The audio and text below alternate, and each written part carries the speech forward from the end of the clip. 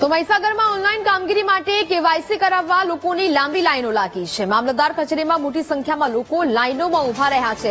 Online કામગીરી કરાવવા લોકોને 1 મહિનાથી ધરમના ધક્કા ખાવા પડી રહ્યા છે। ગ્રામ્ય વિસ્તારના લોકોને સતત હાલાકી પડી રહી છે। પ્રશાસન કેવાયસી માટે અલગ અલગ વ્યવસ્થા કરે તેવી માંગ સ્થાનિકો કરી રહ્યા છે। 3 દિવસથી હું ધક્કા ખાઉં બીજાને સહારો લઈને આવું પણ મારું કામ થતું જ નથી।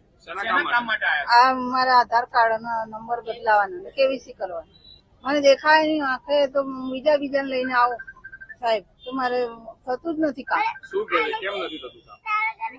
આજ તો લેતા જ નહીં ને કાલે આવજો એમ। હું રેશન કાર્ડમાં અમુક કતારો લાંબી લાઈનો જોઉં છું।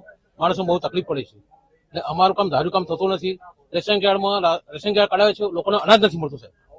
અનાજ મળે એવી સહાય કરો અને આ ગીરદી ઓછી કરો।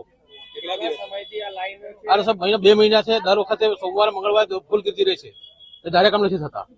આ પરમિટ અલગ વિભાજન માટે સાહેબ ચાલે છે એના માટે આ ભીડ છે બધી બરાબર। આમાં લાઈન બહુ લાગેલી છે અને નંબરમાં પડ્યા છે।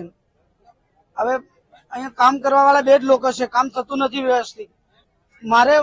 મારે પરમિટ અલગ વિભાજન માટે 1 મહિનાથી હું કરું છું તો આજે સિક્કો માર્યો તો છનન ઉપર સિક્કો મારવામાં આવ્યો પણ ફોર્મ ઉપર સિક્કો નહીં માર્યો। અહીંથી પાછો ધક્કો બારી પરથી ધક્કો પાછો પેલી બાજુ એટલે કે 4 વાગે સાહેબ આવશે મામલતદાર સાહેબ તો આવજો તમે એમ કરીને કીધું। 7 વાગ્યાથી આવ્યો છું।